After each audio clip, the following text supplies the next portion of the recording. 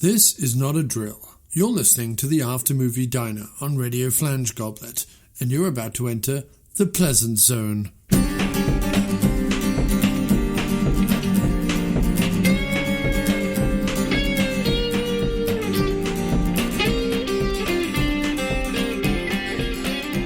You're listening to the sweet sounds of the After Movie Diner. Support us at patreon.com/After Movie Diner. Or I'll punch you in the teats. Rate and review us on iTunes, Earthling. And now, here's your host, John Cross. So it turns out that Jack Reed, A Search for Justice, the Dennehy episode we did, is the most popular episode we've done of the last 6 months. Yeah, and I it seems like, because it was at the height of the pandemic, presumably at that point, we are the equivalent of the dented can on the supermarket shelf of entertainment. Do you know what I mean? It's like, well, is that what we are? We are the dented. What we are the dented can. We are the dented can on the shelf, the supermarket shelf of entertainment. Okay. You know, there's nothing else. I guess we better take this. Because I don't want to, starve. I wanted some Chef Boyardee ravioli, but I've ended up with Chef Boyardee lasagna in a can. Because what is that? Because what is that? You're eating it and you're going, it's just killing me. It's just poisoning me. It is poisoning. Am I getting lead poisoning? Yeah. Which, of course, we are. Because by people listening to our voices, they are slowly but surely killing their brain cells and their will to live. And getting lead poisoning. Well, I'll tell you what, though. This episode might be a winner because it comes out as the fate of the nation hangs in the most tedious of balances. Listen, mate, as long as it continues to be tedious, I'm fine with that. What bothers me is when it starts being all flaming pitchforks and pitch battles in the street. Well, we're not far away from. We've had some moments of that. We've had some people show up with guns and the like. I mean, they haven't fired them off yet. I'm just worried that it could, properly kick off. I don't know that it wouldn't. Like, I think if he could make it kick off, and that would help him, he would do it. So yeah, to be honest, I don't know how it helps him. I mean, votes help him, or they don't help him. Like, people going mad in the street shooting each other. It's not like people are like, oh, I didn't realise that's how you felt about it. We'll make him president then. Like, I don't know that that's how that works. No, I know what you mean. We'll see. It's already very us and them. Yeah. Anyway, right? Oh, for everybody. I'm very sorry. I didn't realise how you felt about the result. In that case, we'll just change it. Fuck the days we've spent counting this fucker. We'll just change it because you showed up with a gun. What if he refuses to go? Right. What if here's my nightmare scenario, right? Right. He refuses to go. Yeah. So people start protesting. Yeah. Then then there's like pushing back on the protesters by the coppers. Yeah. And, riot police and whatnot. And then except they won't do that because the nasty. Protesters are white, so they won't do that. It'll be fine. They'll just I don't know about that. They'll just give him a pat on the back and some cheesecake. But what about like they literally showed up at a polling place. There were like 50 people showed up at a polling place with guns, shouting and threatening the people inside the polling place. And all the police just sat around, just being like, "That's all right, we'll let them do that." But that's because they were supporting Trump. That's different. What about the students that got shot in '68 protesting the Vietnam War, unarmed by the National Guard? Yeah, like it's about what they're protesting. That's what I mean. If you make it about us and them, right, and they protest for them and we're us, maybe the coppers decide, you know what, America's getting out of control. We need someone who can take it back, and it becomes about something else.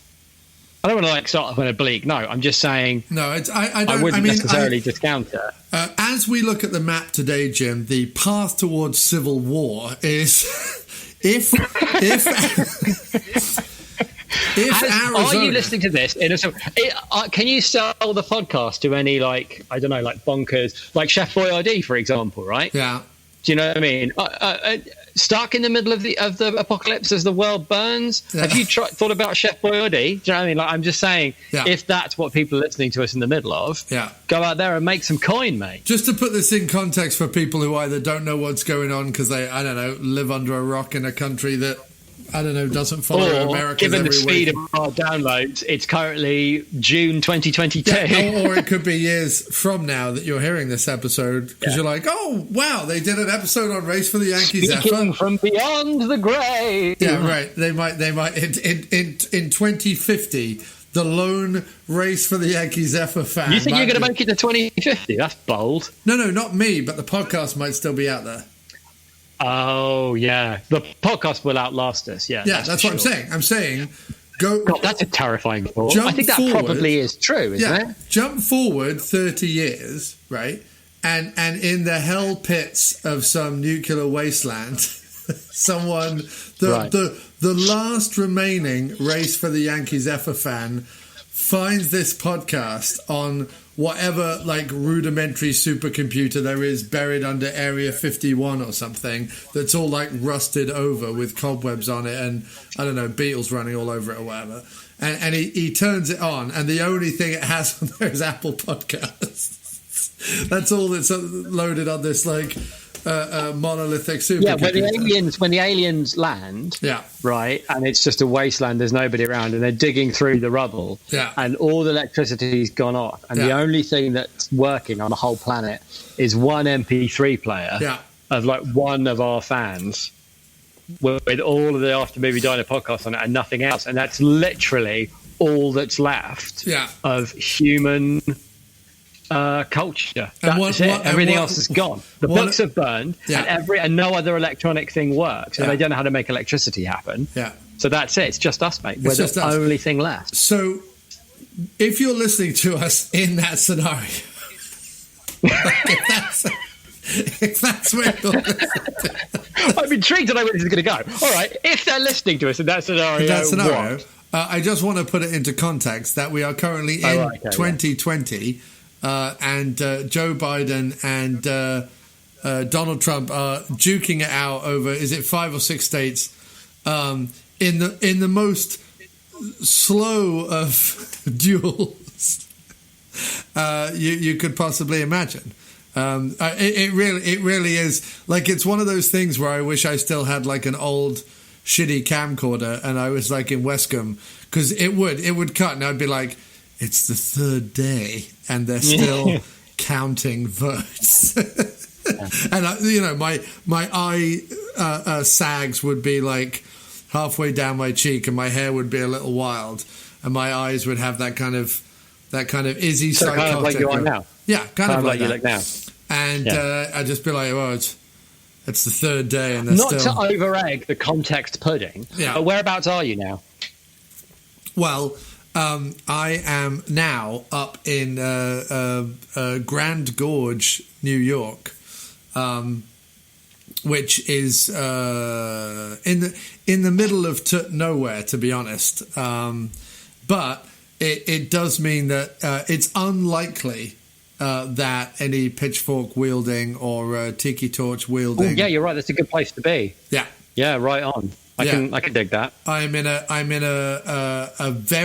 very old rickety turn of the century American style house. The inside has been renovated and is all very nice, but on the outside looks like the kind of place someone with 3 teeth and some bodies in the basement might live. And I kind of like that about it. So you in 10 years? Me in 10 years, yeah, basically. And opposite us, as if we needed more symbols of doom. But opposite us is an old style barn like house building that is just collapsing. It's just collapsing under its own misery, like right opposite. So we're here, we've got a fairly nice house. I mean, it's a little rickety on the outside, a fairly nice house, the porch and everything, and the porch is looking at literally the symbol of crumbling America. Cool. Yeah, so it's nice. It's sort of very countryside. We're up. It's nice, but it's a bit too on the nose, metaphorically speaking. Too on the nose. Yeah. If you cross the road, that way destruction lies. Is essentially the metaphor that I have to stare at. For the and you don't want to be the chicken 10 days. Of the joke of American democracy. Is what you're saying. Right. I don't want to be the chicken. I want to be the bold mover and shaker with the up to the minute quips I don't really want to be that either. Do you know what I don't want to be? I certainly don't want to be the guy who has literally been saying the same thing on CNN for the last 3 days while, going, well, there's another pathway to victory for Joe Biden. If I, for the 78th time, assume Nevada and assume Arizona and maybe even assume Pennsylvania, well, there we go. He's won the presidency. However, if Trump somehow builds a large, tank or something that's out of egg cartons or whatever. A Hadron Collider, mate. Large Hadron Collider. Yeah, and paints himself purple and gets all of his children to dance up and down in fig leaves, there's a possibility that Iowa might, take over 4 other states with, the guy who's been standing by the map screen say exactly, he's like, well, the president can either get all 6 states or lose, and Biden can kind of get these 2 or that one, maybe this one. Oh, he's got that one. Okay, great, he's got that one. Great, I don't have to say that one anymore, but I have to keep saying these other ones for the next, 5 days of my life without apparently a bathroom break or any food or a chair. You know what I mean? Like, if it gets to the 4th or 5th days, he's just going to be sat in a chair with his tie undone, just being like, I've told you. He can win Nevada and Arizona, or he can win Pennsylvania. Georgia is very close. Next. Over to you, Alan. I kind of want to get it like that. I kind of want all the pollsters to just be like, hey guys, if we just stay in here and pretend we haven't counted shit there, let's see how crazy we can make, Jeff CNN, or, whether we can make him so crazy he eats his own shoe in desperation. Yeah, I'd be down with that. I like that idea that all the polling stations are just like, guys, stay in here. We've got some vending machines. We'll tell people we're still counting. And we'll see if we can make, Jeff and his board on CNN go absolutely insane. By the 10th day, he's just like... I like that. I don't know how to tell you any differently. How long are you going to be up in, what was it, Big Gulch? Big Gulch, Connecticut. No, Big Gulch, New York. We're going to be up in Big Gulch, New York, till the 15th. Oh, that's quite a long way away, isn't it? Yeah, and I've got the next 5 days off, 5 business days. Woo! Vacation in the hills. That's fantastic. Well, yeah, because what I wanted to, it's like if the world goes to hell, I have 5 days to make a contingency plan. The half-assed sorry. Which you've having trouble with it all day, and we're worried it's not working properly. Of Teresa's phone. Sorry, that's very unprofessional. Ruins everything. I do. I've literally put that in the notes. I feel like you should more frame that.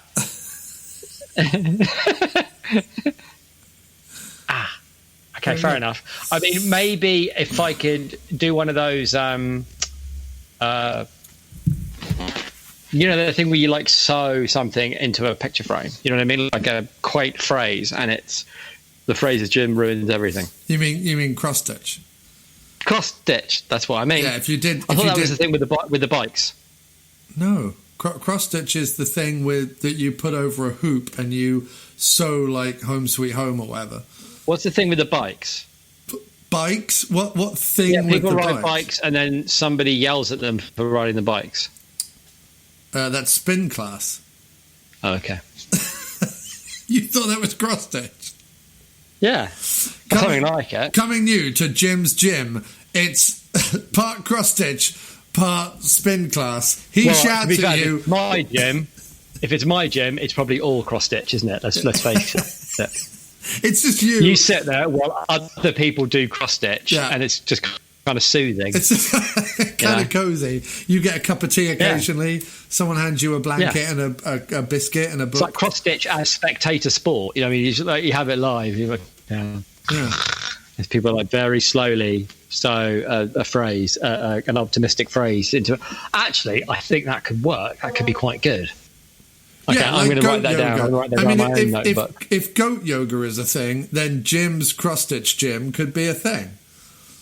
Yeah, agreed. Yeah, but you would have to. You heard it here first, aliens in 2050. You would have to wear a ridiculously like glue-on shaman beard, like the kind of beard that shamans have, kind of a bit like mine right now. But you would have to wear. I think you meant shaman beard, as in like a beard made out of shaman toilet paper. Well, that's right. Okay. You could do that if you want. I'll see where this goes. I've never heard that before, but I'm willing to jump on board. Like, you know, the Maharishi Mahesh Yogi or whatever, you have to sit there, but obviously I'm not asking you to grow a beard like that, although that would be amazing. If you're not going to grow it, you have to wear it stuck on, but it has to be very obvious that it's stuck on, that when people come in to do cross-stitch, they're like, is he wearing a stick-on beard? And occasionally, the reason I don't think, what I would want is I would want a beard that would be attached to like elastic or whatever. And anytime anybody came in that I know, I'd like lean over and go, psst, and then pull the beard down and go, "It's me, it's me." I've always wanted to do that. Yeah. But if anyone points out that your beard is a fake, you get really angry and throw them out of the class. Really angry, like unreasonably so. Yeah, even though the beard is a fake. Yeah. So that's what I think your new business venture is, and I, for one, applaud it. Yeah, I'm all for it, mate. If we survive the next few days, that'll be what I do. Yeah, if anything's going to bring us together as a nation, it's going to be you creepily watching people do cross-stitch in a fake. Do you want to come in here so I can watch you sew? I like it. Yeah, I think that's a win. How has your week been, sir?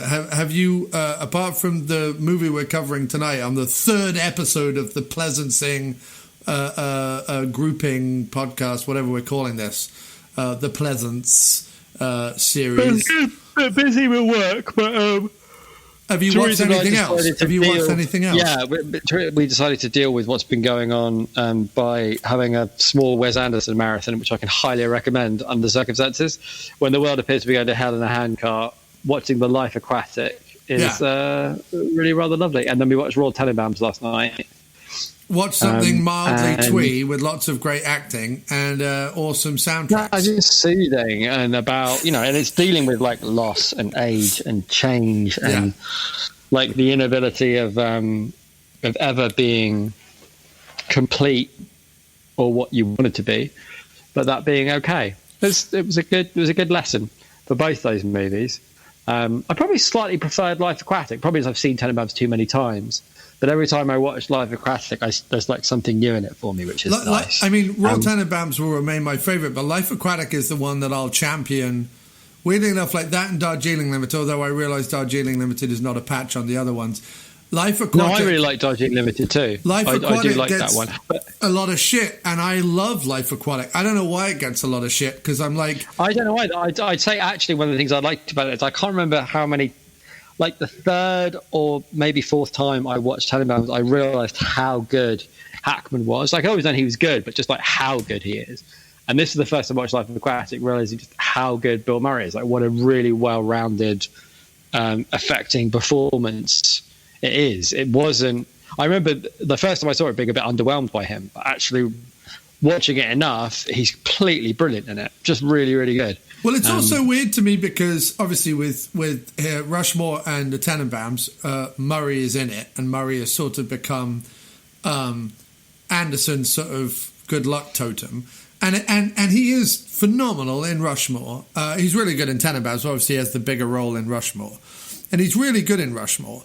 But you wouldn't call either of them like Bill Murray movies. Whereas to me, the life of, I mean, maybe Rushmore, but I don't think of that as a Murray movie. I understand he's in it and he's a big part in it, but he's not. It's not to me like a Bill Murray movie, like the Bill Murray movies. He's still a supporting player to Schwartzman, really. Right, but what I mean is there was a run of like Bill Murray movies we watched growing up, and good or bad, like they were a Bill Murray movie, and you were like, great, it's a Bill Murray movie. And to me, Life Aquatic is like a Bill Murray movie. It's kind of like Stripes. It's sort of a bit knockabout. It's a bit long. It's a bit all over the place. It's a bit ensemble, and some bits work and some bits don't. But like, to me, it's a Bill Murray movie. It's like Wes Anderson makes a Bill Murray like caper, and I fucking love that. Yeah, no, it was really good. So yeah, it was ideal for the circumstance, I think. And we're probably going to move on to either Rushmore or possibly Grand Budapest Hotel, depending on how we feel. I think we're going to keep it going, at least for now. I like that. So yeah, so that was good.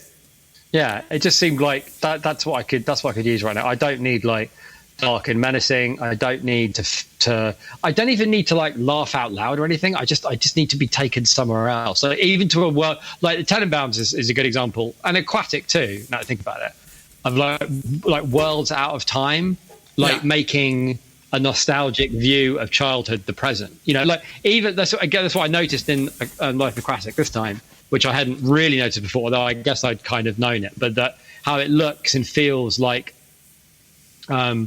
those books we used to read as kids, like annuals or whatever, where you'd have like illustrations and photographs of, you know, the sea or, you know, the jungle or wildlife or whatever. You know what I mean? Just like slightly unreal, but quite magical, even though they're on a page somehow. A lot of the children's books we read and grew up with, even though sort of the days of Britain as like the pith-helmeted wearing explorers were long gone, I feel like it was still very much kind of knocking about in the atmosphere in England. And a lot of the books we read growing up was about sort of, you know, daring do or exploration or, you know, chappies going here and chappies going there, and a lot of like sea-based tales and jungle-based tales and stuff, which, you know, were probably a big hangover from like the 20s or the Yeah, it's true. I think it's the idea of that with a drawing on a page, like brings a whole world to life. Yeah, you know, and like the whole look of that movie is like that feeling, but done as a movie, and it's quite a difficult needle to thread, but it was done really, really well. So yeah, it was perfect. I'm quite happy carrying on down that particular road. What about you then, mate? So how long have you been up in Big Gulp? We only got to Big Gulp today. Before this, we were in Canaan, Connecticut. Okay, and how do they pronounce it there? Canaan. But they do pronounce it Canaan, because we went to Delhi, but it's pronounced Delhi because it's America. Oh no, it's Canaan, Connecticut. Canaan. Canaan. Canaan. I don't know. Unless it's AANAN. I don't know, but this is the most tedious part of the podcast, me trying to remember how to spell Canaan, Connecticut, a place that I've only been for 3 days.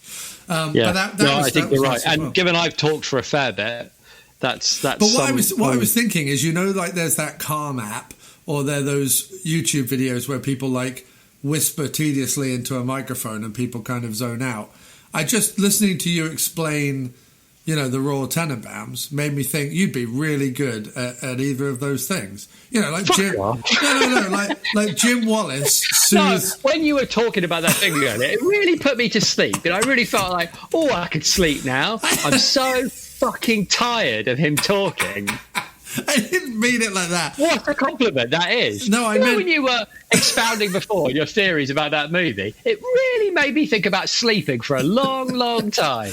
No, I didn't mean it like that. Thanks. I just thought like Jim Wallace's soothing moments, and you're just like Jim Wallace's uncontroversial opinions about things you don't really have one of your own. You're just like, and another thing I'd like to point out about cardigans. I tell you, not to get like too morbid or anything, but in terms of like what we're doing this week, I've been listening over and over again to the Gordon Downey album, "Away Is Mine." Have you heard it yet? I have. Yeah, I own it. Yeah, it's fucking like all 3 of his albums, the Secret Path, Introduce Yourself, and Away Is Mine, are all unbelievable. Like they're. Leaving aside Coke Machine Glow, which is obviously one of the greatest albums of all time, but easily like his best work, solo work, and up there with Hip stuff. Certainly better than anything the Hip have done since Phantom Power, I guess, right? In terms of an album hanging together? Yeah, maybe. I mean, I love all 3 of them, but the last one is and he wrote and recorded really all of them with a terminal brain tumour. So yeah, but what I like about all of them is they're all really different, right? Secret path is like, this is the thing I really want to say before I go. Yeah. Then introduce yourself is, these are the things I want to say to the people that I love before I go. And then away is mine is, and this is how I feel about the whole fucking thing, actually, if you're asking, like really, like that line, people don't say goodbye anymore for fear that it's goodbye. It's like, fucking hell. You know what I mean? It's so much of it. It's like, Jesus, but so good as well. It's got a very Coke machine glowy vibe in parts, like a kind of a fun, odd sound to it, which I really, really like. I like the sort of electric half and the acoustic half, and I liked, in fact, weirdly enough, I like the acoustic ones maybe better than some of the electric ones. I don't know. I like those because they remind me of Coke Machine Glow, and I like the oddness around them. But I actually like listening to the album all the way through. I don't mind hearing like them done as like retreads, but just with just the acoustic, because it feels like, I don't know. It doesn't feel like a cheap cash. It feels like the songs are all good enough that I want to hear them again. Yeah, I agree. I love the album. So I've listened to that nonstop. But it's such a lovely album, and please be good to me song is just it's so lovely. I've got to say a little bit more. Really did you catch Getting Into Knives or watch any of the like live shows and stuff that the Goats did, or not really? No, I didn't at all. Getting Into Knives is a weird one for the Goats. I've been listening to it a lot. It's a weird one for the Goats because you can't. The first two or three you can listen to as songs and be like, oh, okay, these are these, and they did release all three of them as singles, and it makes sense because they're the three that sit together, or the three that could be listened to individually. The weird thing about the rest of the album is I can't listen to like tracks 4 through 10 or whatever individually. I have to listen to them as a continuum. Individually, I'm not that impressed. As a collection, I'm mesmerized. But individually, I'm like, oh, this feels like an unfinished thought. And the reason why that is because, you need the rest of the album up around it to really fill it in. And then it sort of ends again with like another couple of sort of semi-poppy singles. But the sort of middle 8 is the middle 8 tracks. Oh, that's like, well, I'll give it a go. I mean, I still like it. I just, ever since Goths, I think I've just gone off them a bit. I really, really love the what's the one about going back to Leeds? What's the song of Goths? That's yeah, it's basically called that. I know what you mean though. Yeah, but that one is like really, really Andrew great. Eldridge is going back. Yeah, Andrew, whatever his name is, going back to Leeds is brilliant. And then rest of the album is entirely forgettable. Then the album they did after that, the Dungeons and Dragons one, it was called, was League with Dragons. Right, was all entirely forgettable. And then I heard the acoustic one, like the one that was right at the beginning of lockdown, that was just all acoustic, and that was really good. I really liked that one. The Pierre Chamin one. Yeah, that was really good. I thought that was great. I need to listen to that a bit more actually, but I thought that was lovely. But I'll definitely give it a go. I think there's just a point, I don't know, where you're one of those fans. I feel like that once he started to, because the last few albums have been way more about him exploring the studio and standing back from owning everything, and he himself has admitted that the last like 3 albums, and it's a bit. It's not as bad as when the Hip had like Bob Rock come in and just ruin everything. Although there are moments on World Container that are like up there with true, World Container, but that's more because I feel like the rest of the Hip are like, Jesus, the last album was so bad, we have to find some. No, I like World Container, but like the one they did before that, We Are the Same or whatever. The thing is, I went back once because I remember thinking that thing about every album, every Hip album at a certain point is better when you listen to the next one. You get the next one, you go back. This is one point you go, well, no, this one had some more right ones on it, actually. But yeah, I went back and listened to With Us, and it's so bad. There isn't anything on there that is even halfway listenable. But then what I like after World Container had some great ones on it, and then the one they did after that, Vaccination Scar or whatever. No, that was before World Container. It was? Yeah, because that came out at the same time. That's In Between Evolution. In Between Evolution. That's the last hip album I really... In Between Evolution is the last hip album like I really love. Like that felt to me like a return to hip. But no, the last few Goats albums have been more...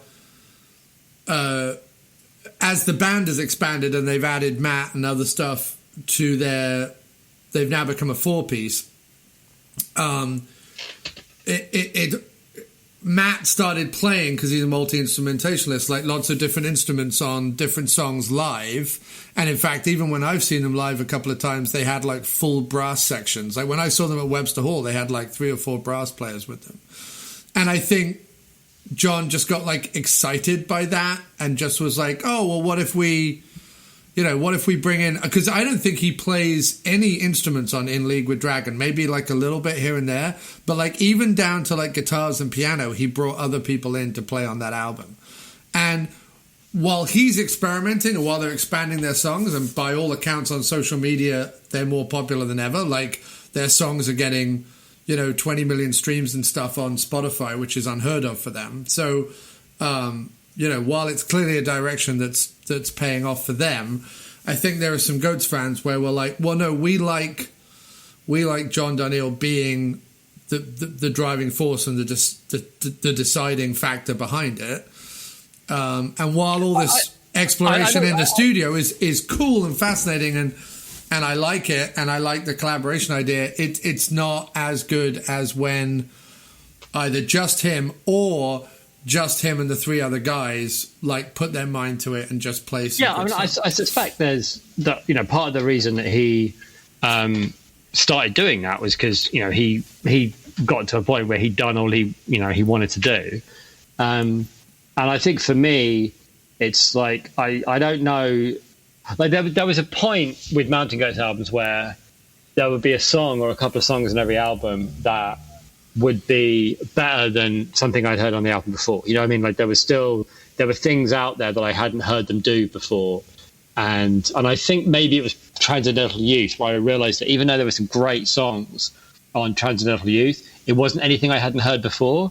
You know what I mean? Not that they weren't great, but like even the one before Transcendental Youth, which I can't remember what it's called now, but the one that's got that "God damn these vampires and what they've done to me," that line was like blew the back of my brain off. It was so good. And there was something like that. And then the one with Transcendental Youth with the Heretics, no, not Transcendental Youth, Heretic Pride was just like so unbelievably good. And then even on Transcendental Youth, there was the... I love Transcendental Youth. It's great. It's great. Diaz Brothers and a bunch of great tracks. It's great. It's a great album. Don't get me wrong. And it's just that it was the first time. All Eternal's Deck is I think that's the vampire. All Eternal's Deck is the goddamn these vampires. Yeah. It's just like the first time I thought it's not anything I haven't heard them do before, and it's not that it isn't great. And I think that then I listened to albums after that and everything, and I enjoyed them and I bought them, but it was just I felt like. It's not anything I haven't heard them do before, and maybe do a little bit better, at least in terms of how it affected me, Right. And I think that kind of personal connection, which is bound to be the case when he is, he sings from the heart about very personal things and that he feels deeply about, even if they're stories, that it's easy to feel that connection. And I think I don't know, that's just how it is for me. I guess the same reason he felt like he should move on, and fair play to the lad, but that's why I'm maybe not as interested before, for the same reason that he moved on. So I like Beat the Champ. I think you're right. Goths is probably, of the last kind of 3, which is Beat the Champ, Goths, and In League with Dragons. It's probably my least. Goths is probably my least favorite, although there are still tracks on there I love. In League with Dragons, I actually really like. There's some great stuff on it, but I like it because it's. I like it because they're like, oh wow, they're sort of like embracing their dad rock middle-agedness, and while 20 years ago I would have been like, ugh, like whenever you heard, like when you heard like Journeyman or August by Clapton, you were just like, ugh, because it was just so like middle-aged dad rock wank, and you were like, this is nothing compared to his 70s stuff or even Cream from the 60s. And here he is just doing fucking wanky middle-aged stuff. But now, like when you kind of, it's like now I kind of go back and I'm like, I actually really like Billy Joel, and I'm not gonna hide. Right, but how do you feel about Journeyman though? I like Journeyman now. There's some songs on Journeyman that I'm like, I actually kind of like a few of these tracks. I would never put any of them up to any kind of like great shakes, but I would be lying if I said that I hadn't listened to Journeyman in the last 5 years, because I have. I have a big Clapton playlist on my phone that I actually listen to. And again, like the same thing with Billy Joel. I know it's like dad rock, but I kind of like it. So when the Goats started to embrace their dad rock side, there was a part of me when I'm like, okay, I kind of like secretly like this, even though I meant to be all like, no, it's not as cool as the earlier ones. I kind of liked it.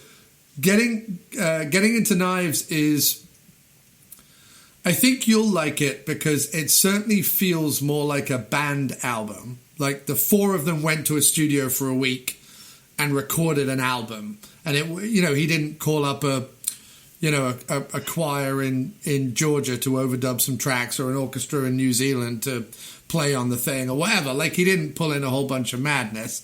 It was just the four of them in a studio recording an album. And while there are still like a couple of dad rock tracks on it, the middle eight, as I was talking about earlier, is just a really interesting exploration. And a lot of them are very sparse, stripped down, earlier sounding Goats tracks. So I think that one and Pierre Chavin this year kind of got a little of the curse of the overproduced Goths and League of Dragons kind of off their back a little bit. But I think you have to go through that to kind of go, well, what do we sound like, you know, if we Phil Spector and Jeff Lynne this up a bit? Like, what do we sound like? Questions that we should all ask ourselves, mate. Right. Well, after that cozy music conversation, which I hope everyone appreciated, I have to say, it's a very cozy episode, and I like that. I like that. No, I feel like in this moment in history, what everyone needs is two boring old farts wanking on about nonsense. Yeah, I was going to say to like friendly middle-aged weirdos being cozy and appreciative of things. Yeah, fair enough. That's better than my thing. I prefer what you said. And to the point that you were making earlier about watching movies where just take me to another place and it's a bit of escapism and it doesn't command a lot from you and it's sort of willfully goofy. Let's talk about this week's Pleasence cut, Race for the Yankee Zephyr. And this is a David Hemmings film. David Hemmings is the British actor who is, I think, most famous for what was it? The Dario Argento film. I thought he was in Blow Up. Is he in Blow Up?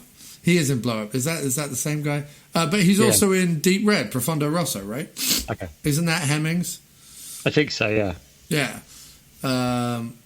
And he directs this, although I happen to know behind-the-scenes information that our good friend of the show, Brian Trenchard Smith, was also on set at a certain point because Hemmings was a little all over the shop, and the producer was like, I don't know about Hemmings doing this movie. Brian, could you go down and just kind of hang around and make sure everything goes okay? And of course he shows up and Hemmings was like, I don't know what you're doing here, Brian.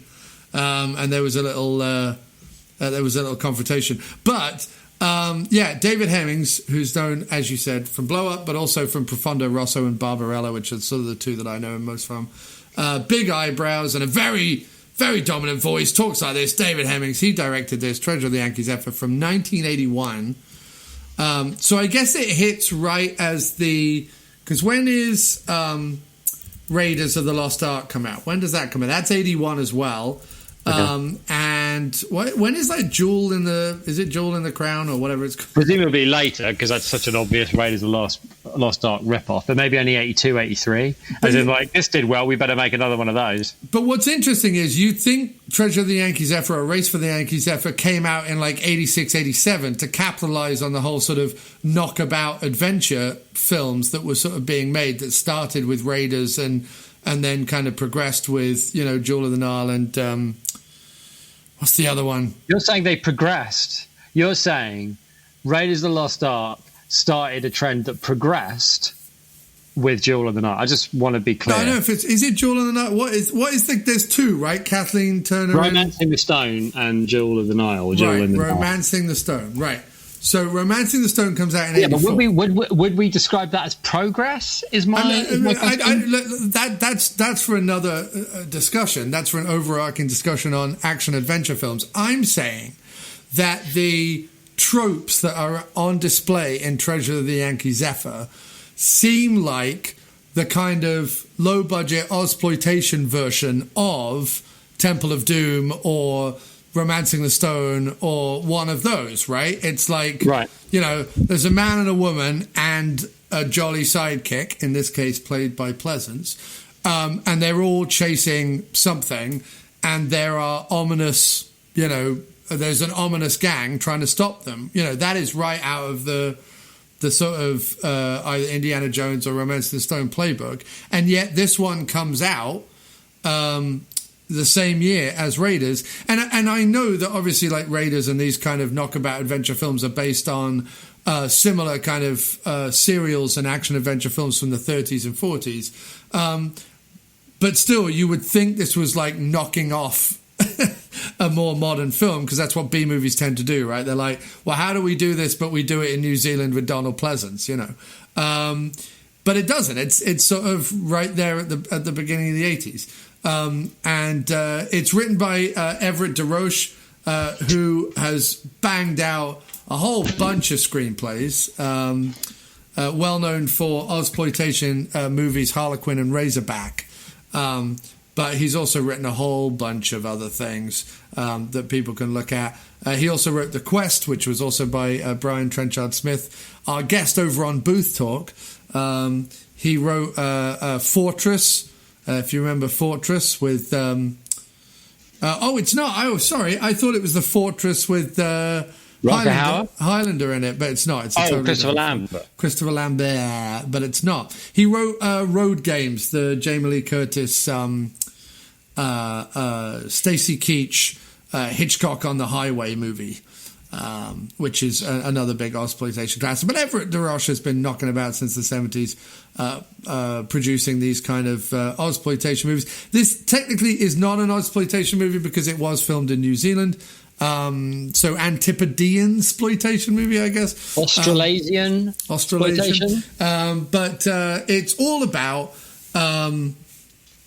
a drunken deer hunter, his helicopter pilot colleague, his daughter, a whole bunch of like mountain hillbillies who build a tank, trying to get to a World War II era plane that is filled with whiskey, medals, and treasure, gold, that has been tucked away in a cove that no one has seen for 40 years and has now been discovered by the Pleasence.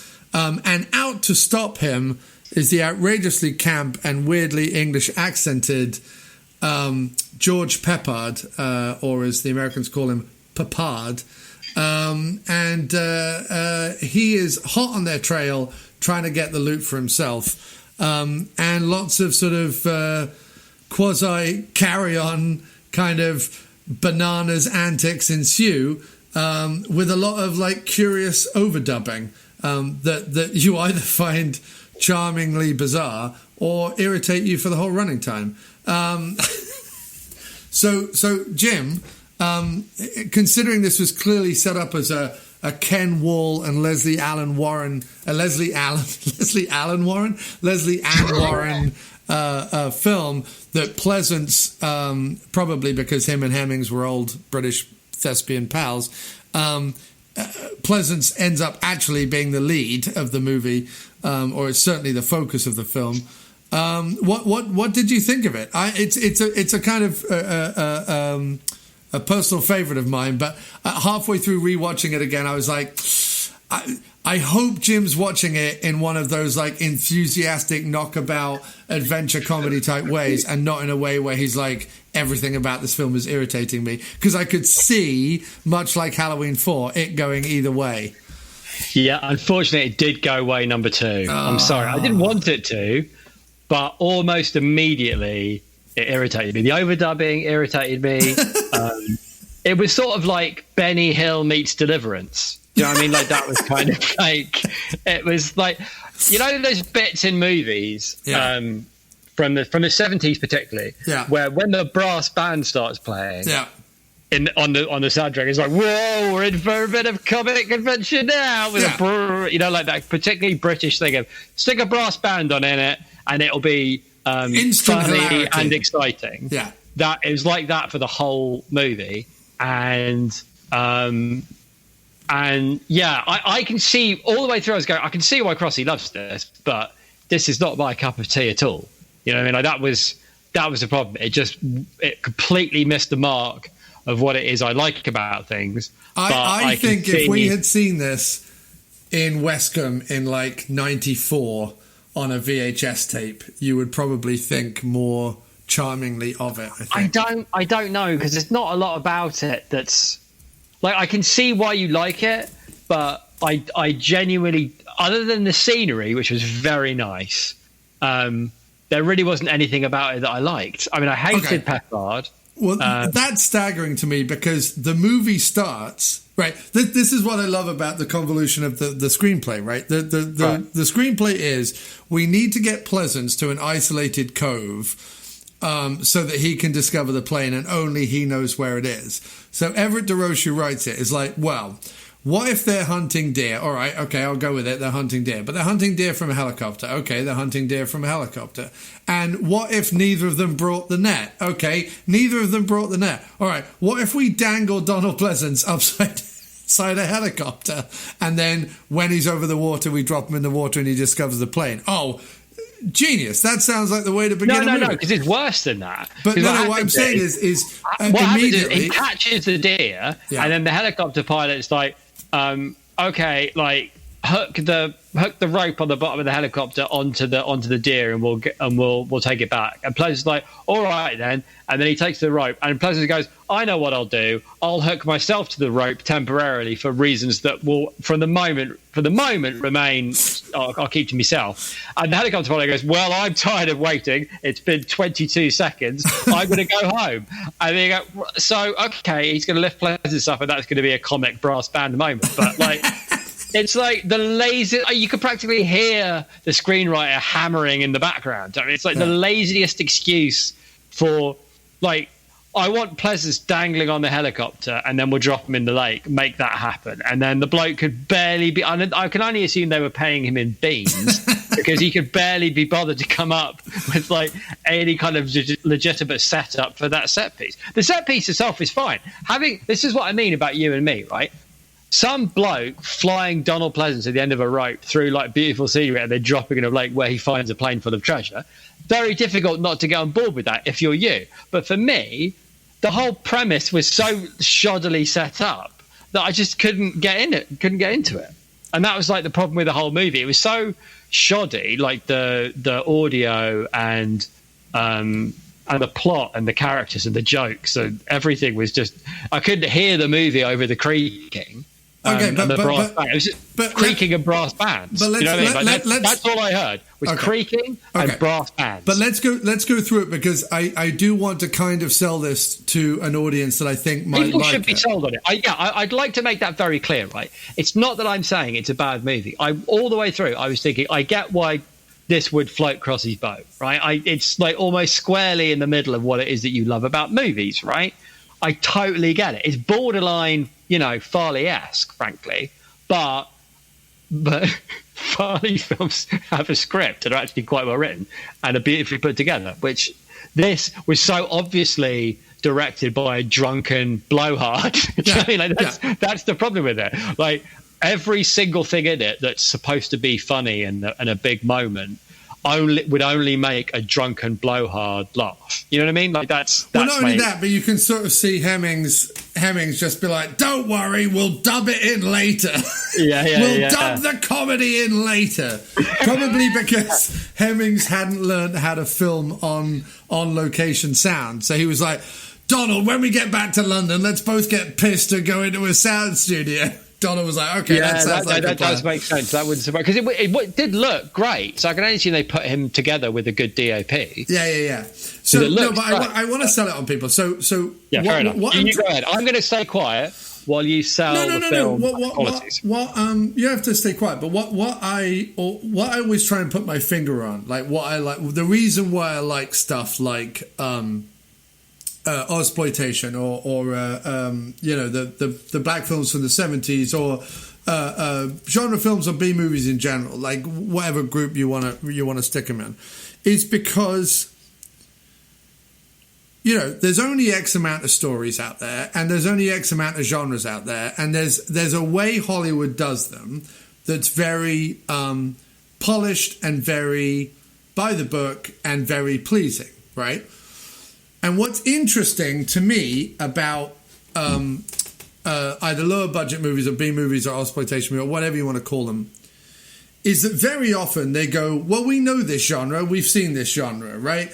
Bunch of people knock about, they're trying to get to treasure and someone's trying to stop them, right? That's a thing we know about. That's a like A to B plot.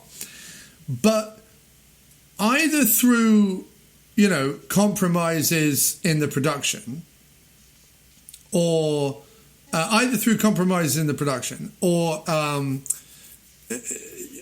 quick screenwriting or bizarre decisions on set or whatever it is, through these things that happen in a low budget thing, you get something that it resembles a genre film, right? It knows that this has to happen, that has to happen, that has to happen, and that has to happen in order to get this motley band of people to the Yankee Zephyr and win the day, right? It knows what it has to do, but along the way, it throws in so many bizarre decisions that I personally, when I watch those films, can't help but be charmed, right? So, for example, we established at the beginning, Pleasence is a lovable, drunken hobo rogue who lives in a shack in New Zealand and eats cat food and knocks about the place, but is fond of the bottle, has a bit of a big mouth, and is looking to grab the treasure for himself. And so the decision is made, as we said, to have this like bizarre deer hunting sequence at the beginning that makes him drop in the ocean and find the treasure, get drunk on some of the booze. Then he gets picked up by a friend and goes into town, and he's at a bar, right? And David Hemmings has gone, well, Ken Wall has to show up. It is Ken Wall, right? That's his name, Ken Wall? Yeah. Ken Wall has to show up and get him out of the bar, right?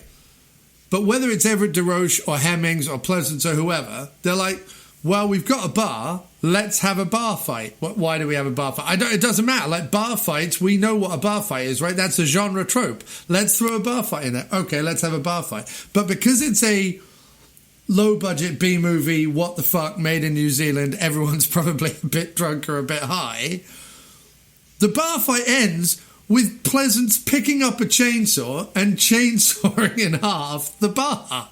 And there's a part of me in that where I'm like, if I was on set and I'm filming a bar sequence and there's a bar fight and whatever, I'd be super happy filming a bar fight. If I went outside the bar and saw that one of the prop men had left a chainsaw lying around, I'm like, okay, Pleasence has to chainsaw this bar in half. Like, that would be a decision I would make. And it would be only for me, because I'd be like, I want to see Pleasence wielding a chainsaw and chainsawing a bar in half. It doesn't make any sense. It doesn't, it's not the natural escalation of a bar fight. Like, when a bar fight happens in a Western, the guy doesn't go outside and, I don't know, get a tomahawk and start hacking away at the saloon doors with an axe. Like, that's not. Yeah, but in this movie, they're like, well, what if there's a pickup truck outside with a chainsaw in it? And what if Donald Pleasence, for no reason, and also he chainsaws the bar in half for like shits and giggles. Like, there's no malice involved in him chainsawing the bar. It's just a jolly jape. Everyone's in the bar, and I'm just gonna. I mean, he could have cut someone's head off. So when I see that in a film, and this film is rife with that, it's like you have a situation where, Donald Pleasence has got a daughter, and he's got to go to the daughter, and he's got to get money. His wife's got to get money while the whirlybird helicopter is breaking down, and they need to mend that so they can go to the Yankee Zephyr and da-da-da-da. Okay, great. That's going to be a few scenes. That'll fill it all in.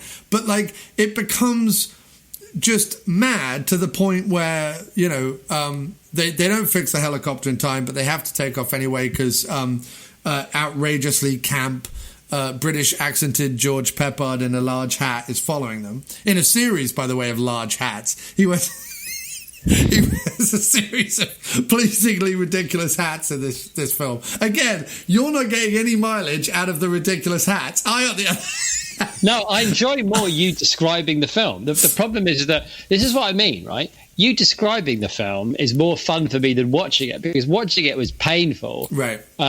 But like that's what I mean about, like, I understand why you loved it, because Pepper wears ridiculous hats and Donald Pleasence chainsaws a bar, and none of it makes a lick of bloody sense.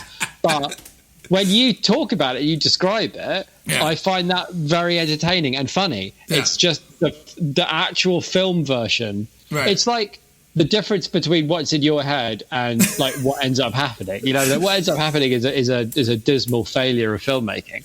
But what's in your head is a delightful romp.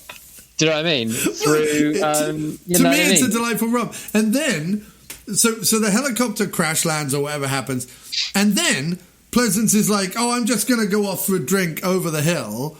And Ken Wall, just with one line of dialogue, entirely sets up the next scene with, like, yeah, he knows a lot of guys in the mountains. Like, Pleasence just knows a bunch of guys who are all sort of... It's like that Python sketch with the hermits up on the mountain, but, like, none of them are really hermits because they all know each other kind of thing. Yeah. But he knows a bunch of hermits up in the mountains. They go to the hermits. There's a whole sequence where they're singing songs and whatever. And then out of nowhere, they build a tank.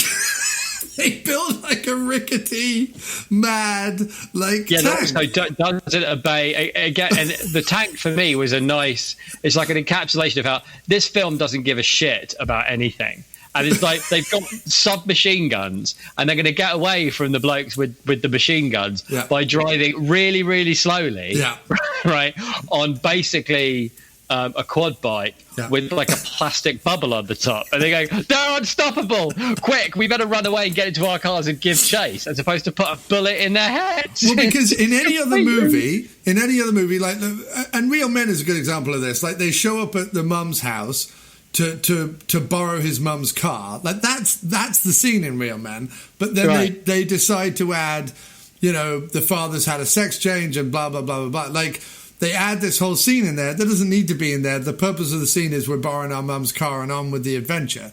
But they put a whole scene in there. In this movie, the scene is, I'll go ask one of my mountain men if we can, I don't know, have a car or make a car or something. And instead of him going, yeah, sure, you can borrow the truck out the back, several mounted men and Ken Wall and Donald Pleasence get together and weld a tank out of bits of a helicopter and like quad bikes and madness. I was just like, I'm so charmed that series of events takes place. I'm just so charmed by it. So that is the plan. Yeah.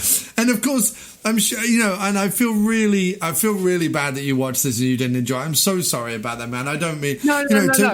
Listen. I didn't enjoy it, and it wasn't very good. I'm not going to, lie about that. But I'm still glad that it exists. You know what I mean? I'm not going to, piss on it and say, oh, it's no good, it's rubbish, what a waste of time. It's like, it was... no one... I don't feel like anybody dropped the ball on the movie. Do you know what I mean? I don't feel like the potential was there. I feel like everybody did what pushed themselves to the very limits of their capabilities, and this was the film that resulted. And even though I found it borderline unwatchable, do you know what I mean? I can see how somebody whose idea of look, if George Peppard could turn up with a ridiculous accent and a series of massive hats, I take my money. Do you know what I mean? And it's for me, that's never going to be. Do you know what I mean? On my fucking feedback survey, but for you, do you know what I mean? It's a fucking bullseye, and it's difficult to argue with that people in New Zealand in 1981 hit your bullseye so squarely. Yeah, do you know what I mean? From 30 years away. Well, not only that, but this is also my feeling towards it, and your point about I'm glad it exists. I like living in a world where there's a movie in which Donald Pleasence and an outrageously camp English accented George Peppard go mano a mano over some World War II treasure, and along the way some hobos build a tank and Donald Pleasence chainsaws a bar in half. That to me, because and this is the other thing, when you come across a vein of filmmaking that you weren't aware before. And there were a few documentaries made by a guy called Mark Hartley, and one was Machete Maidens Unleashed that looked at the Philippine filmmaking, both of Francis Ford Coppola and Apocalypse Now and some of those war movies that came out in the 70s that were filmed in the Philippines, but also the low budget Machete Maidens type movies and Women in Chains movies that were made by Roger Corman out in the Philippines. And it was a whole sort of area that, while I was aware of the Big Birdcage and stuff, there was some movies in that documentary that I was like, oh wow, I've never seen this, I want to delve into it. Same with Not Quite Hollywood, which was a documentary all about the exploitation era of the 70s, and introduced me to kind of the movies of Brian Trenchard Smith and Russell Mulcahy and people like that, and George Miller and Mad Max and all that stuff. And although I obviously knew of Mad Max and things and had seen that before the documentary, but I'm just saying, there was this rich vein of movies where I'm like, oh wow, okay, there were these 70s Australian or Antipodean movies that were made. There were in all genres that had mad stunts and crazy people in it, and sometimes Western actors would go down to Australia and do whatever it is. And it's the same with Italian post-apocalyptic movies or whatever. You can spit and hit one of these sort of weird sub genres that kind of have their own vein of filmmaking.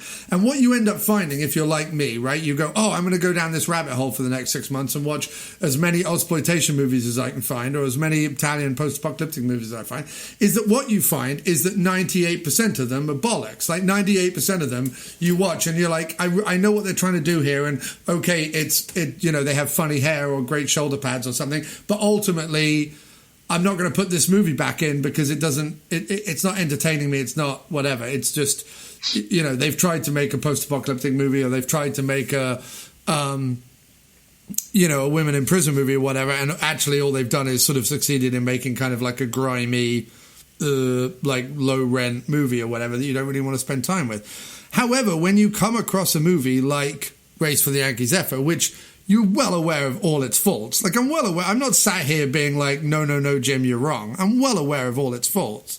But when you line it up against, a lot of the other movies of the era that people will talk about, and there are some great ones, I love Razorback, I love The Man from Hong Kong. There's some great exploitation movies, but there's also some which are outside of the locations and the maybe the photography, a lot of it is bollocks, right? This was one which, like you say, ticked a lot of boxes for me. And no, while it's not the greatest movie of all time, and it's certainly not up there for me in any top tens, I'll go back to, I like that it exists. I like that there's a movie with Donald Pleasence and George Peppard. I like that there's a movie period where George Peppard and Donald Pleasence essentially take center stage instead of the floppy-haired, nondescript, bland as toast hero and the leading lady. I like that actually the movie's more interested in following roly-poly Pleasence and mad, behatted Peppard than they are the hunky lead and the ingenue. And while there are scenes with the hunky lead and the ingenue and like will they, won't they, and are they going to get together and blah blah blah and all that, the fact that the movie kind of sidelines that for a lot of the time and is more interested in like Pleasence getting drunk or Pleasence trying to find ways to outwit Peppard and his gang of goons, I like that, because to me it's subverting what people would expect. And it's funny because Ken Wall tried his hand all through the early 80s to kind of become, like a leading man, either in action films or adventure films or whatever. And he did a couple, but he's really bland as as toast. And apart from his floppy hair and his sheepskin coat, there's not much holding his part together at all. Which which is why I'm like, well, go on, let the old thesps knock about and have a bit of fun with this. That's what I feel. No, I'm with you, mate. Look, I'm very happy it exists. It's obviously your film, and then you're right. There's a lot. That's what I mean. In theory, like you talking about it, there's a lot to recommend it. Yeah. It's just the actual experience of watching it for me was so painful, See, I really wanted it to be. I just knew that the soundtrack especially would wind you up. I just knew that the moment it was like, I have to say those two things, the soundtrack and the dubbing really did fuck me up. The dubbing is awful, and it's sort of bizarre. It is. You're right, because it loses all spontaneity. It's supposed to be this like knockabout thing, and everything in it is like redone later on. So there's no like all the laughter and the it's supposed to be like them knocking around with each other and whatnot, and all that is phony, instantly phony, because they're like dubbing it over. They're dubbing like laughing and banter. There's nothing worse than dubbed laughter. It's like even worse. I mean, no, I know that like you're acting when you're laughing, but like in the moment of the scene, like you can believe that they're laughing. You know what I mean? But if it's overdubbed, it's just phony. Yeah, and look, let's talk a little bit before we wrap it up about the two main performances which bring me joy in it, Pleasence and Peppard. I'm not in any way going to claim that it is like a Pleasence masterstroke. It's a weird Pleasence performance because it feels it almost feels too authentic. You almost can't enjoy like Pleasence acting it because it feels like he is just a drunken roly-poly. Yeah, I know what you mean. Even though the accent is appalling, I do know what you mean. He is playing. There's nothing identifiable in him. You know what I mean? There's not a lot of empathy there with his character or his choices. He's like, at best, he is pitiable.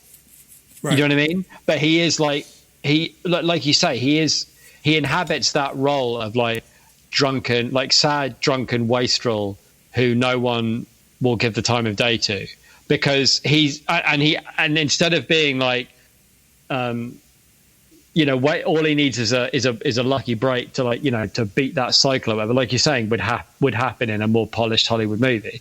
Instead, and because he's such a great actor, he plays it as exactly who that bloke would be in real life, which is like slightly like pitiable at best and sort of off-putting and weird at worst. You know what I mean? Right. It's not an empathetic performance. So you're right. The fact that the movie is built around essentially the sort of pub gobshites we used to serve during the day in our bar jobs. You know what I mean?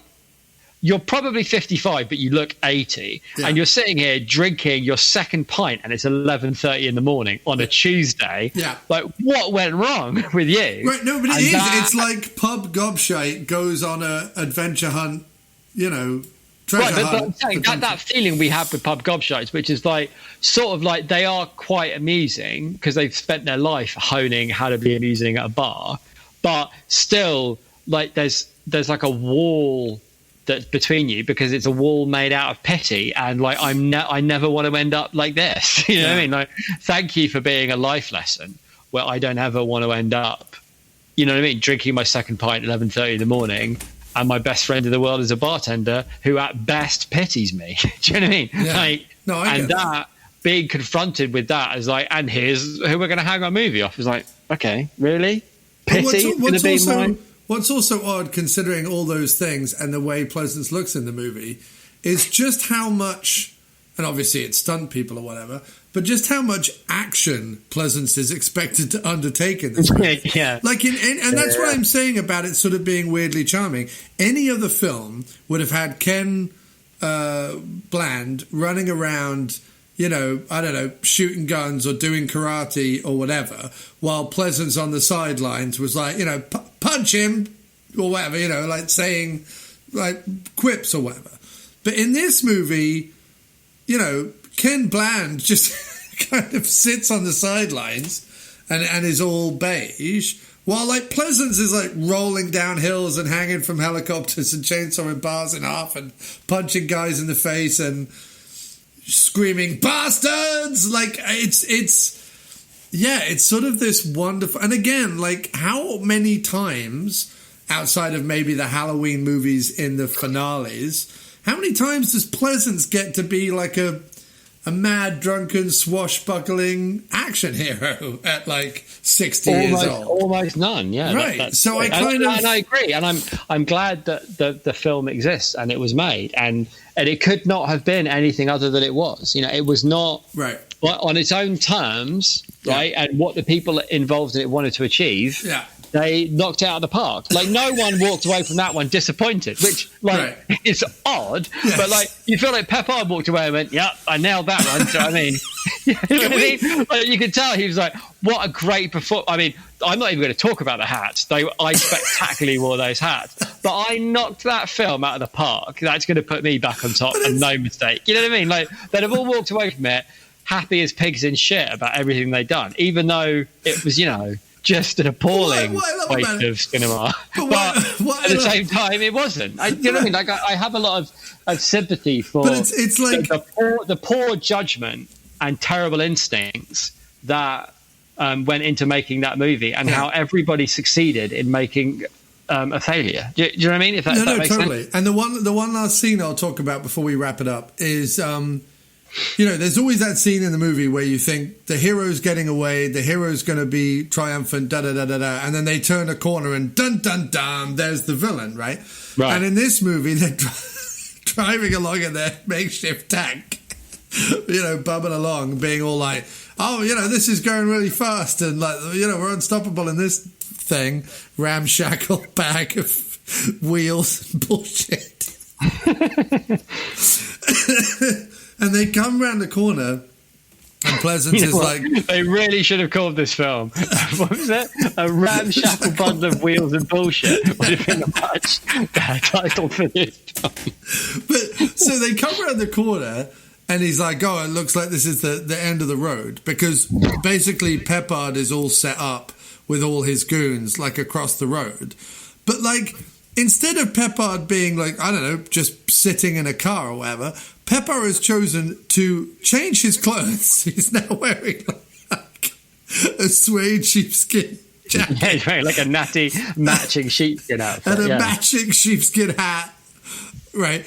And he's sat in a deck chair with his back to them, and then he's like starts espousing villainous nonsense. And then he stands up and turns around and everyone's like, oh, it's Peppard. But like, when you think about...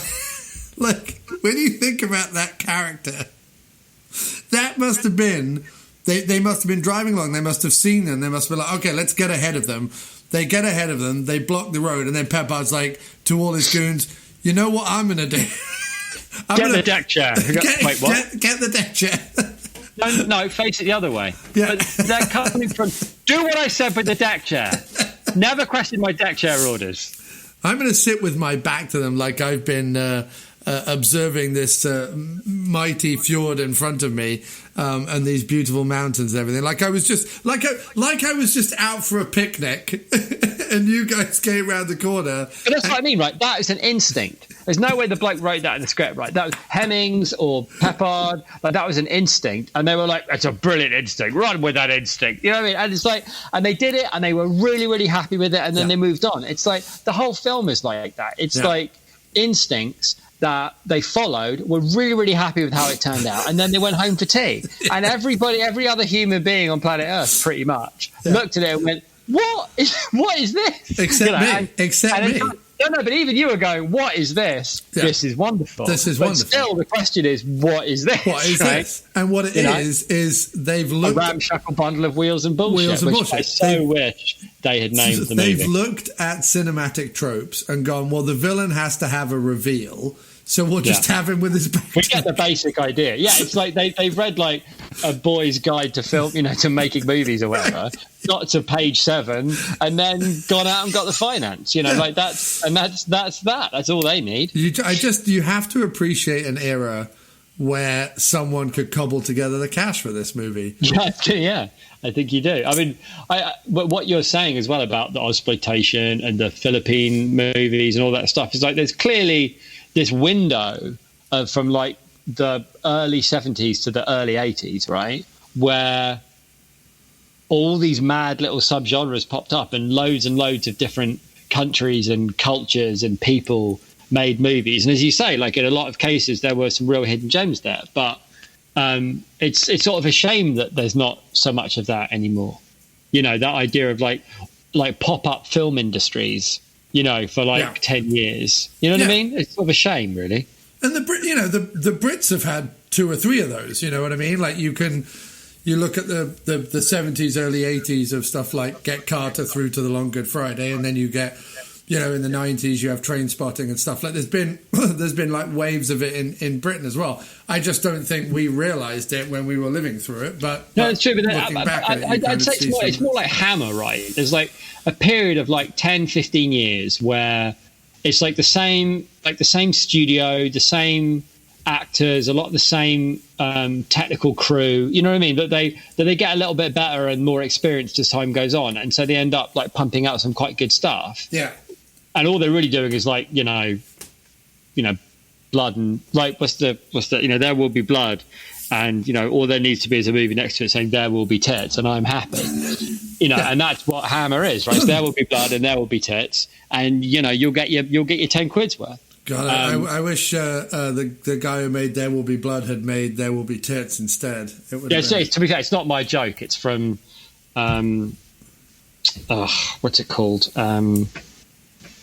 Iannucci's political show, the half-hour sitcom. Thick of It. No, Thick of It. Oh, Thick of It. Okay. And it's the Scottish guy, Jamie, talking about how like, there's no better title for a film than There Will Be Blood, and all you need is another film called There Will Be Tits, and you're happy. And how massively let down he was by that movie. Right. But anyway, I'm just saying, like that's what Hammer is, and that's what those movies are, right? They're just made for blood and tits and taking your money. Yeah. And the prices of doing that, they gain a certain expertise and a certain way of doing things that is uniquely theirs. And it's a shame that disappears. And I think you're right with little things like Mona Lisa, Long Good Friday, that kind of era of like, England looks like this. And these are the things that people who live in England care about and what they think makes money, not care about necessarily, but like it's what they think is a cool movie. Right. And that kind of that cropping up in different countries. Like what I like too about French movies too is I watched some French movie on Netflix like not that long ago.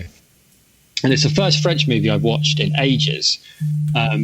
And as soon as I was watching it, I was going, oh, that's right. French movies, it's like they're all so weirdly the same in like the emotion that they produce in you, right? The way French movies make you feel, which is like life is such a mystery and you'll probably die. You know what I mean? There's something about it that's like, but still it is sweet. You know what I mean? There's some kind of emotion, a way that French films make you feel, and the way they tell stories that leave you at the end with this very particular feeling. even though they're ostensibly about totally different things. And I think English films probably do the same. And I'm guessing, like, you know, a lot of these other ones do too. And it's a shame that goes, because it does seem to be based in, you know, some, like you're saying, like different voices, different viewpoints. And just because some of those viewpoints are drunken, massive eyebrow blowhards, doesn't mean that there's not entertainment to be had. Yeah. And like I say, the thrill of seeing filmmakers attempting to make all the tropes that they think goes into an action adventure movie and sort of adding their own weird twist to it is just something that I like. It's just something that I like. There's just something about it that I'm like, even if it's bad, I can see the sort of weird inventiveness in it. I can see like the weird decision making in it. And I guess I miss movies where someone is making weird decisions. Nowadays, most movies are made by people who want to make really good movies, not people who want to make movies where they're like, you know, I don't know, what if this happened? There aren't a lot of movies where people are just like, well, what if we... And when it does happen, it is so refreshing, right? Even like in the bigger budget movies, like one of the reasons why that third Thor movie is so much fun is because you do feel like at the head of it, every now and then, the bloke in charge makes a weird decision, just decides to go with it. Yeah. And that's what makes the film so entertaining, because it is slightly unexpected. And so obviously the product of a slight weirdo that, for whatever reason, they've decided to put in charge. Yeah. You know what I mean? It's like, oh, he made a film about modern day vampires that's deeply peculiar and odd. Why don't we put him in charge of our massive comic book blockbuster? It's like, well, okay, but why? Why him? And then he's, you know, and it's brilliant. And I suppose there's that notion of, you know, you've got to have people make slightly peculiar decisions if you're going to have anything that like really connects with people. That's not like the problem with the DC movies, in my opinion, is that they're so bland and like smooth and everything's completely expected and runs along the rails, you know, and nothing about it is real.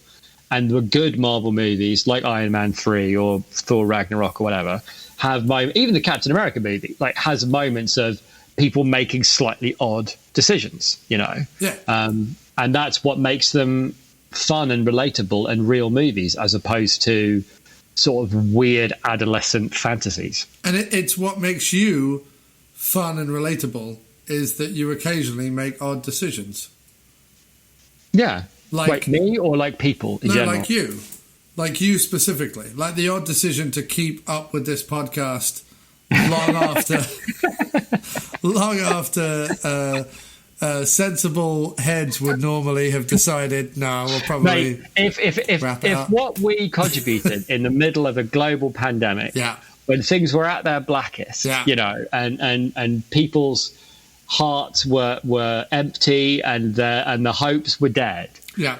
And if for whatever reason, at the heart of that, our podcast where we whittled on about Brian Dennehy, TV movie from 25 years ago, struck a chord, brightened people's days. Hit the zeitgeist. So glorious to me, you know. Well, 175 people at least, so more than that, presumably. Yeah, no, more than that. Yeah. At probably like some of the worst moments in those people's lives, we brought them a tiny bit of very odd joy by muttering about Dennehy. You know, there was a gentleman in a shed in Edinburgh who was worried when we didn't put out an episode for it. Right, it's only because we're like, well, because I suppose they were right to be worried, right? The reason we didn't do the podcast is because we were both phenomenally busy and or knackered. Yeah. Right? That's why we didn't do it. It wasn't like I bored a podcast. It's like I have no time and my brain has stopped working. In fact, I think because there was this period in the middle of the pandemic where everyone was working 5 times harder than they had ever worked either before or since. And everyone went through it and to varying degrees. And I'm sure we'll go through another pocket of that. And it does feel like, just to end this show with just that thing, it does feel like no one's allowed us to really enjoy our lockdown. Yeah, that's true. That's a very good point. That's the thing. Like, you and I are well prepared for this state of affairs. You know what I mean? Like, yeah, we might go a bit bonkers, but only in an entertaining way. But as long as I've got tea bags and like Netflix, I'm going to be fine. You know what I mean? Like, I don't need much more than that. Jim Wallace story. Yeah. I don't need much, but there's always like things to discover, and I'm like perpetually finding like really fun TV shows or movies that that really tickle me, and there's always a good book to read, and there's always a good nap to have, and it's not like I can't talk with my mates or muck around. That's what I like about the podcast so much. It's the closest thing to going for a pint. It's certainly exists. And by the way, and I meant to say this because I'd like us to consider this possibility. Assuming they do start opening up again a little bit with the restaurants and whatnot, I'd like us to seriously consider the possibility of meeting up somewhere like halfway between you and me at some kind of diner or whatever, where we can either sit outside under a heater or go inside with like, capacity or whatever, and have a bit of grub and talk about a movie. Yeah, I think the problem with that is we're not opening up again. It's going to be more lockdown. We're going to be looking at more lockdown because once the election is done, right, and decided, and yes, there'll be madness, and yes, Trump's will. I hadn't thought about that, but you're right. There's been so much mingling. But not only that, but the thing that the news, and it's so funny over the last 3 days watching the election stuff goes in. Occasionally, the news is like, and by the way, we're still in a pandemic. 100,000 people have now been infected in the last 2 days, which is the most amount of people to be infected in 2 days anywhere in the world. So we are in a situation where actually COVID is peaking again. It's just no one in the news agencies can devote any time to it. But we're already in a situation that when I come back to the city, because I've been out of the city, I have to quarantine for 2 weeks. Because states are shutting their borders again, and travel is not suggested, and da-da-da-da-da. Like, we're heading into that again, especially as the winter creeps up. So while I would love to hang out again, I don't see it getting like our time to have done that probably would have been a couple of months ago. I feel that's exactly when we were completely swamped. Everything was so nutty, because you and I, because I know why I was swamped, because Peacock was launching, but it was such an odd thing that, like, just like you say, you were just as swamped as me. Yes, I was doing 60-hour weeks and working weekends, and it was crazy. So something mad about, like, I guess because we both work in the digital world, so it was all of a sudden like, oh well, we now have to make all of our money off digital. It's not the digital world, Jim. It's the digital space. We work in the digital space. That's what people at agencies drinking tiny cappuccinos say. They go, well, we do a lot of work in the digital space. In the space. There's a space, is that? Yes, it is, and it's digital space. Oh, it is very much. It's very much digital. Likes of us, mate. The riders on the storm. It's mad. It's mad. Like, whoever thought that we, I know, you and I, would be somehow the goblins of the internet, keeping certain corners of the internet going, like sort of, hunchback underground dwelling goblins who turn. To be fair, if you said like hunchback underground dwelling goblins, I might have seen us in that role. Yeah, like a Gillian movie. Where up top is like a technological wasteland, and down below it's run by like big gargoyle-like hunchback guys who are... I have to say, I suspect deep down I've always known that I was destined to be the bloke next door to Sam Lowry's office. Yes. You know what I mean? Yes. Like, that's always what I knew I was going to be. And I even look like that. I feel like I look like... But I feel like we're more like the like Quislings who hang around Oliver Reed's devil in Baron Munchausen. Like the world is going on up there, whatever the world is, and we're down in like some sort of hellscape, tapping away at keys and destroying our backs. Yeah, man, my back is definitely destroyed. Yeah, my back is Speaking definitely of which, I better go. And we're wrapping it up. That's it. That's the end. Hold me back. Next week on the After Movie Diner, I will try and think of one more Pleasence film that we can do. Well, I can have a look. There's a couple on Prime where he's the lead. Yeah? Yeah, I can't remember the hell it was called, but I came across it the other day because it was on my recommendations. Okay. I can't remember what it was called. Well, It sounded quite... There's stuff like The Caretaker and Cul-de-sac and stuff, which are sort of his more arty, thespian kind of things, but... I don't think it was... Maybe it was Cul-de-sac. I don't think it was Cul-de-sac. It was something else. It was like he was in a castle or something. I can't remember. It sounded like quite weird. Well, there's also Land of the Minotaur with him and Peter Cushing, which might be worth watching. Ooh, yeah, I'd watch a Pleasence Cushing movie. They did quite a lot together, but that's for another podcast. Thanks ever so much, Jim, for talking and watching Race for the Yankee Zephyr or Treasure of the Yankee Zephyr. I'm sorry it wasn't the no, I enjoyed talking about it though, mate. It was good fun. Slam dunk that I was hoping it would be. But you're right. The moment it bursts into like the moment like that brass music comes in, I can see you kind of chewing your knuckles, being like, Jesus Christ. Well, and I enjoyed it, man. I enjoyed talking about it. I enjoyed talking about it more than I enjoyed watching it. Well, there we go. Then that is the silver lining. And with that, let us wrap it up and say goodbye. But thank you very much, sir. And we'll talk again next week. That would be lovely. Let me know the movie, man. And I'll see you then. All right. Take care. Bye now. Take care, man. Bye.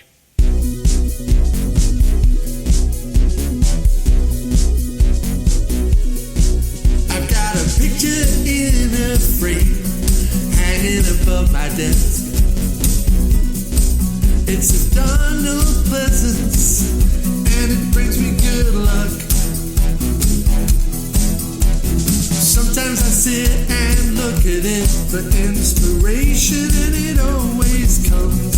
Sometimes on a bike, and sometimes by truck. It's been hanging there since the day my friend Jim found it and presented it to me on the Upper East Side. Since then I've been a devotee of the Pleasence. Oh yeah, it's a fandom that I'll never try and hide. And wherever I go, the picture follows above the desk, keeping watch over me. And luckily I have a wonderful wife who is very understanding, and she also works at that desk frequently. La la la la.